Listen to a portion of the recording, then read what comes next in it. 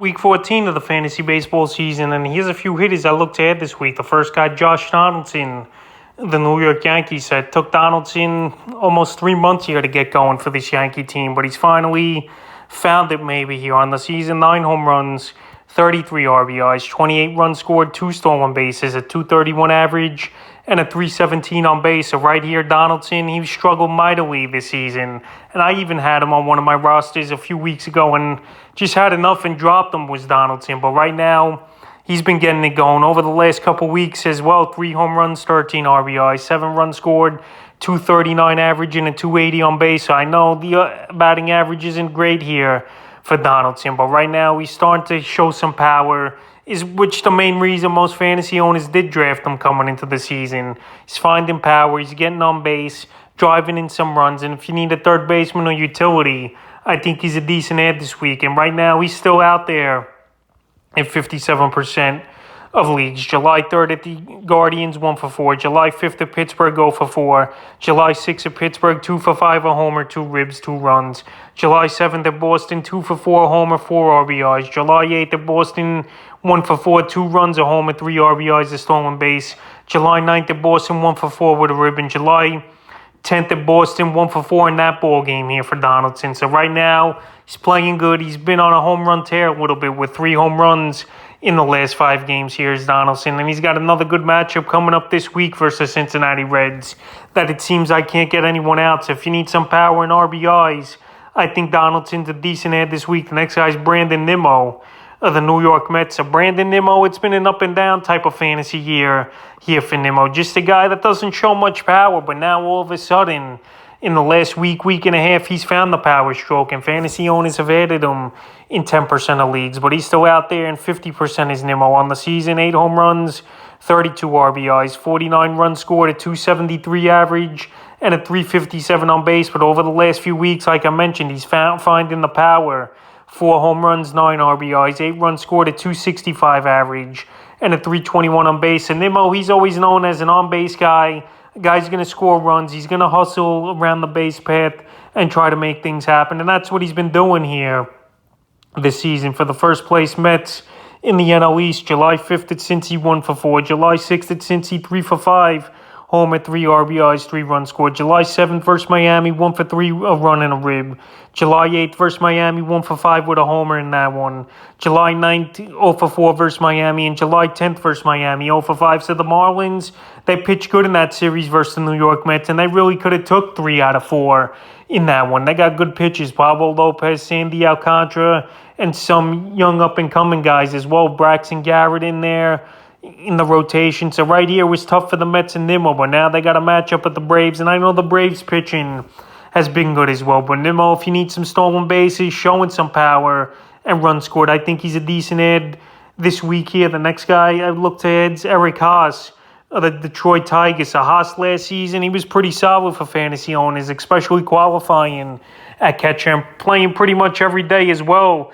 Last year on the season here, 7 home runs, 20 RBIs, 22 runs scored, 239 average, 289 on base. He's not really a batting average guy or an on-base guy. It's all about the power and RBIs for Haas.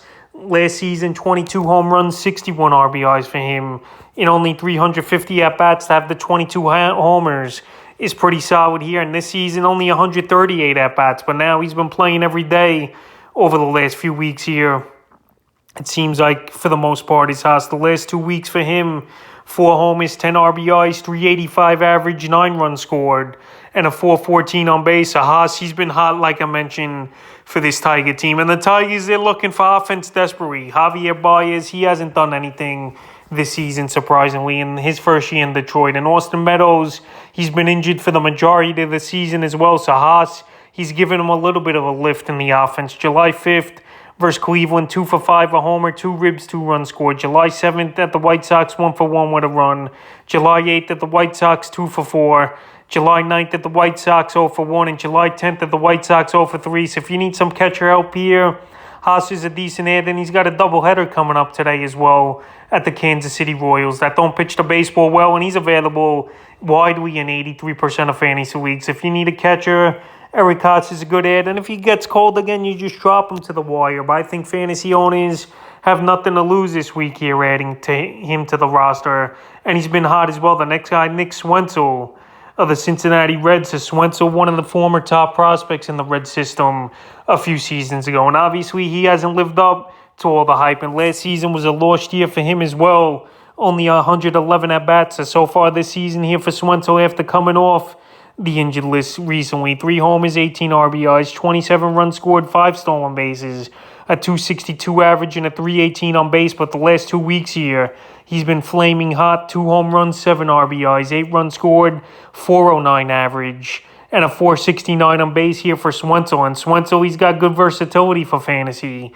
Second in outfield, and he's available in 72% of fantasy leagues as well. July 3rd versus Atlanta, 1 for 3 with a run. July 4th versus the Mets, 2 for 4, a homer in that one, and an RBI. July 5th versus the Mets, 1 for 3. July 6th versus the Mets, 2 for 3, a homer, 2 ribs. July 7th versus the Pirates, 0 for 4 with a run. July 8th versus Tampa, 2 for 3. And July 9th versus Tampa, 2 for 4 with 2 RBIs. So Swenzel, I know he's batting the bottom third of the lineup here for the Reds. But the Reds, they're looking for some offense, and Swenzel's finally maybe getting things going here. After the first few seasons in the league, he really hasn't shown much as a former top prospect. So if you need some second base help or even utility outfield help, Swenzel's a good ad, and he's a guy showing something at least for fantasy owners. The next guy is Josh Rojas of the Arizona Diamondbacks. So Rojas, he qualifies at second, third, short, and outfield this season here in fantasy baseball. And we saw some good flashes from him early in the season. Then he got injured a little bit as Rojas, but now he's starting to gain it back again. On the season, 5 home runs, 26 RBIs, 7 stolen bases, 34 runs scored, at 284 average, and a 349 on base. So very good on base percentage on the season here for Rojas. But the last few weeks, he's been everywhere in the box score for this Diamondback team. 1 homer, 9 RBIs, 2 stolen bases, 13 runs scored, a 419 average, which is off the charts, and a 468 on base. So with his versatility in fantasy, pretty much playing every position but first and catcher, and him on a hot streak hitting the baseball with 3 multiple hit games in a row here. Rojas is one of the hottest ads on the wire this week here, and he's still available in 56% of fantasy leagues. So over the last few games here for Rojas, July 4th versus the Giants, 2 for 4, 2 runs a rib. July 5th versus the Giants, 1 for 1 with a run. July 6th versus the Giants, 1 for 4 with a run and a rib. July 7th versus the Rockies, 0 for 2 with a stolen base. July 8th versus the Rockies, 2 for 3, homer, 3 RBIs, a stolen base. July 9th versus the Rockies, 3 for 5, a run and 3 RBIs. And July 10th versus the Rockies, 2 for 4. So right here, he's a table setter of late. They've had him atop of the lineup. First to second is Rojas, and he's getting the job done. And like I mentioned, this Diamondback team, one of the worst teams in the league, and they're looking for any type of offense they could get, and Rojas is definitely providing that for the Diamondbacks right now. And he's available, like I mentioned, 56% of leagues. If you need some batting average and stolen bases and runs scored, Rojas definitely would help you in that category, and also pretty much play all over the diamond for your fantasy team. The next guy, Harold Ramirez of the Tampa Bay Rays. So the Rays, it seems like every season they find 2 or 3 guys here that come out of nowhere who have bounced around the league, like Ramirez over the last few seasons with the Marlins, Cubs, and now here he's landed with the Tampa Bay Rays, and he's hitting the baseball well. On the season for Ramirez, 4 home runs, 32 RBIs, 3 stolen bases, 28 runs scored, a 321 average, and a 369 on base. And over the last few weeks here for him, he's been batting on fire as well. 1 homer, 8 RBIs, a stolen base, 8 runs scored, 375 average, and a 434 on base. So Ramirez getting an everyday opportunity. I felt like the Marlins gave up on him pretty quick here, where he put up some decent numbers for the Marlins as Ramirez. And right now, he's been a hot ad this week as well, added in 27% of fantasy leagues, but still out there in tons of fantasy leagues at 69% is Ramirez. So right now, getting the everyday opportunity with Tampa Bay. And he's a guy that's been hitting the baseball well for them. July 3rd at Toronto, 2 for 5, a homer, 2 ribs, 2 runs scored. July 4th at Boston, 0 for 4. July 5th at Boston, 1 for 5 with a run. July 8th at Cincinnati, 1 for 3. July 9th at Cincinnati, 3 for 5, 3 RBIs. And July 10th in Cincinnati, 2 for 4. So right here, he's on a 4-game hitting streak. He's a mainstay in this lineup, I would think here, batting anywhere from first to third Ramirez has over the last few weeks here. And like I mentioned, in Tampa Bay, they just find a lot of diamonds in the rough, and Ramirez is one of them once again here. And I would give him an ad if you need some batting average, some occasional pop, and a guy who's not going to strike out a lot, and he gets on base with on-base percentage. I think Ramirez is a good ad this week. The next guy's Alec Baum of the Philadelphia Phillies. So Alec Baum, a former top prospect in this Philly system here. Not having a great year, but over the last few weeks here, he's getting hot on the season. 6 homers, 33 RBIs, a stolen base, 41 runs scored, 271 average, and a 306 on base. The last couple weeks here for Baum, 2 homers, 7 RBIs, 6 runs scored, a 351 average, and a 375 on base. So the problem here with him, he's not a patient hitter. He don't work the count. Early swing batter as well here is Baum. But right now, at least he's contributing and doing something for fantasy. Right now, he's available in 71% of fantasy leagues. So 12-team leagues or deeper is where I would look to add Baum here. July 3rd versus St. Louis, 1 for 4. July 5th versus the Nats, 2 for 4, 3 ribs. July 6th versus Washington, 0 for 3. July 8th at St. Louis had a monster game, 2 for 3 with 2 homers, 2 ribs. July 9th at St. Louis, 1 for 2 with a rib. And July 10th at St. Louis in a tough loss, 1 for 4 with a run here for Baum. So Baum, he's going to give you some batting average. He's going to show occasional pop.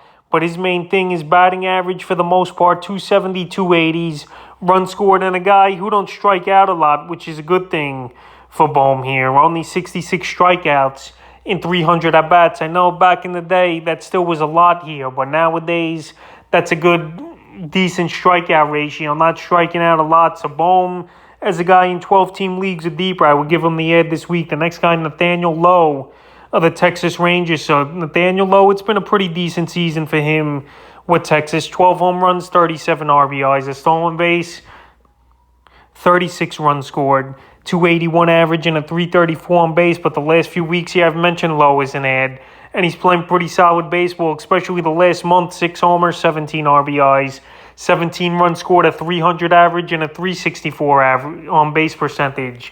So Lowe, he's another guy that's not going to walk a lot, but he's going to show some power.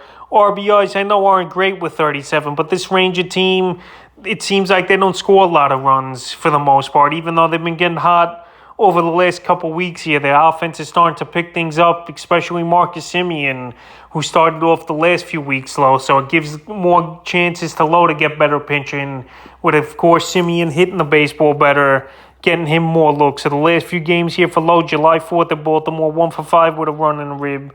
July 5th at Baltimore, 2 for 3, a homer, 3 ribs, 2 runs scored. July 6th at Baltimore, 2 for 4. July 8th versus the Twins, 1 for 4 with a run. July 9th versus Minnesota, 0 for 3 with a run. And July 10th versus Minnesota, 0 for 4. So right now, still available widely in 48% of fantasy leagues. This season, been pretty solid for Lowe. Plays every day, bats 5th for this Ranger team. And he's a guy that could get hot. He has 6 home runs in the last month here. And I would give him a look in 12-team leagues or deeper. The next guy, Matt Carpenter of the New York Yankees. So Carpenter, it looked like his career was over the last few seasons. The last couple years with St. Louis, he didn't get anything going. This season, he signed with the Rangers in the offseason, and I let him loose. And now he signed with the New York Yankees a few weeks ago. And he's on fire this season. Here's Carpenter on the season.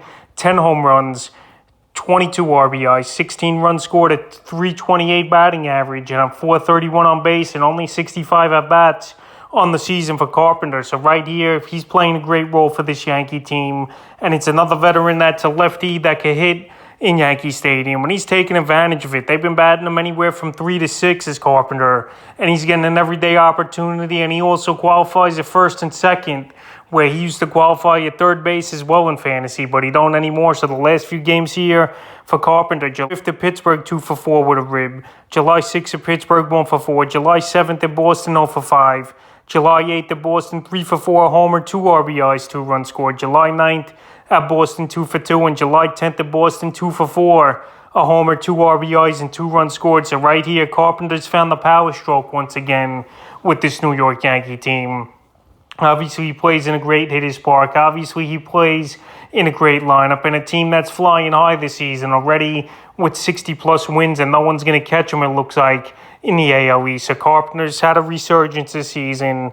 He's playing great baseball, and he's a guy available in 91% of fantasy leagues, especially qualifying at a weak second base position is great as well for fantasy baseball. So right now, in 10-team leagues or deeper, I will go out there and get Matt Carpenter this week. And the final hitter I looked at this week's Jonah Heim of the Texas Rangers. So Heim, he's been a pretty solid catcher this season here for the Rangers. And fantasy owners have gone out there over the last couple weeks here and added him. Only available right now in 44% of fantasy leagues. If he keeps his hot streak going, he's going to be off the wire and a guy that you really can't add. So on the season, 12 homers, 31 RBIs, 30 runs scored at 262 average, and a 314 on base. But over the last few weeks here for Heim, he's playing good. 3 homers, 5 RBIs, 7 runs scored at 333 average, and a 341 on base. So he's a guy right now looking for that fastball and to hunt it early in the count here and hit it. And it's paid big dividends. But right here, the only thing I don't like over the last few weeks is that on base to batting average ratio. He's swinging early in the count, but it's paying off here for Heim. July 3rd at the Mets, 2 for 4, a homer and RBI. July 4th at Baltimore, 0 for 1. July 5th at Baltimore, 1 for 4 with a run. July 6th at Baltimore, 1 for 4. July 8th versus the Twins, 1 for 4 with a run. July 9th versus Minnesota, 2 for 4 with a run. And July 10th, 1 for 1 versus Minnesota. So he's the everyday catcher here, is Heim. And he's making the most of his opportunity. And this Ranger team, like I mentioned early in the video, with Nathaniel Lowe, this team's starting to hit the baseball and get things going here is Texas. And guys like Heim, guys like Lowe, and now, like I mentioned as well, Marcus Semien is starting to hit. So if this Ranger team can hit as a union, all these guys are going to have good fantasy value. So that's a few hitters I look to add here for Week 14 of the fantasy baseball season.